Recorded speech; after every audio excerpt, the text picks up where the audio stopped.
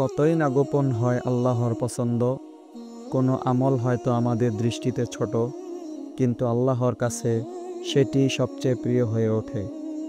আজ শুনুন সেই আশ্চর্যজনক ঘটনা, যেখানে আখিরাতের বিচার ভবনে এক অলির চোখে ধরা পড়ে বিনয়, প্রেম আর আশার এক অনন্য দৃষ্টান্ত। সম্মানিত প্রিয় দর্শক, আজ আমরা জানব হযরত বায়েজিদ বুস্তামি রহমতুল্লাহি আলাইহি এর ঘটনা। তো স্বাগতম আপনাকে দিনের দাস্তানের আরও একটি নতুন পর্বে।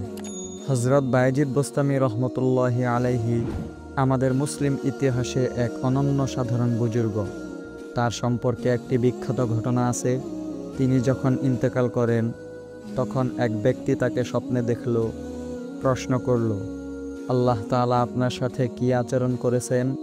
হযরত বায়েজিদ বুস্তামি রহমতুল্লাহি আলাইহি বললেন, আল্লাহ তাআলা আমার সাথে অদ্ভুত আচরণ করেছেন। আমি যখন আল্লাহর সমীপে হাজির হলাম, তখন আল্লাহ তাআলা আমাকে জিজ্ঞাসা করলেন, আমার কাছে কি আমল নিয়ে এসেছো?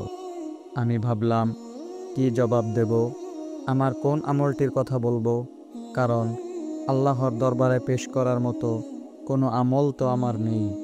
তাই আল্লাহ তাআলার দরবারে আরজ করলাম, হে আল্লাহ, আমি কিছুই আনতে পারি নাই, শূন্য হাতে এসেছি। একমাত্র আপনার অনুগ্রহ ছাড়া কোনো গতি আমার নাই।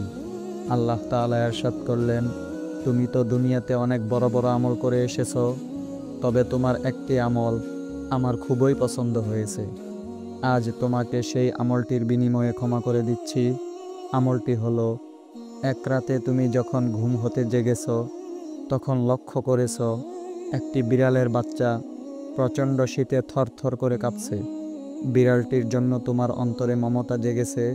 তুমি বিড়ালটিকে লেপের ভেতর আশ্রয় দিয়েছ।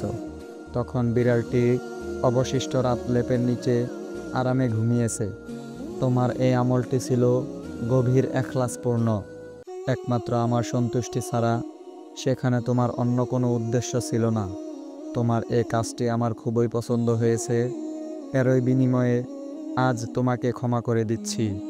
হযরত বায়েজিদ বুস্তামি রহমতুল্লাহি আলাইহি বলেন, পৃথিবীতে জ্ঞান পাণ্ডিত্যের কত বড় বড় সিঁড়ি পার করে এসেছি, কিন্তু আজ তার কোনোটিই কাজে আসেনি। কাজে এসেছে আল্লাহর সন্তুষ্টির প্রতি একটি সামান্য সুন্দর আচরণ।